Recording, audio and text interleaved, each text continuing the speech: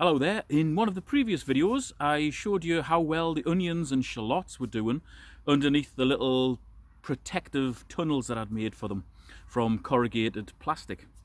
So I thought in this video I would show you the difference between unprotected onions that I sowed in early November and the protected onions that I sowed a month later in early December. So these are the ones that are unprotected, just open to the elements. And as you can see, they've all come up, but they're not doing as well as the ones you'll see in a minute. Check this out.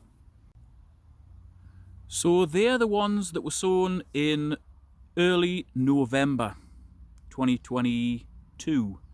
It's now early March 2023.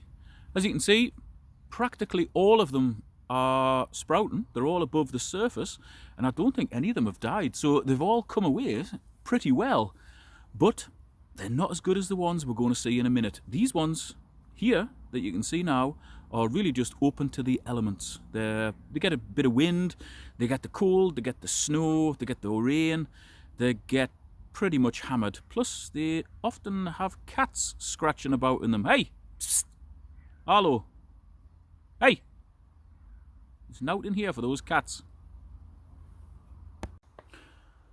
So these ones were put in a month later in early December. As you can see, they're doing much better.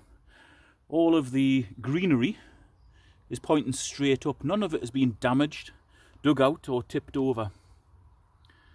So if you're looking to get a good head start for your onions, I would definitely recommend making little tunnels like this out of the corrugated plastic or something similar and protecting them, because it does make a difference.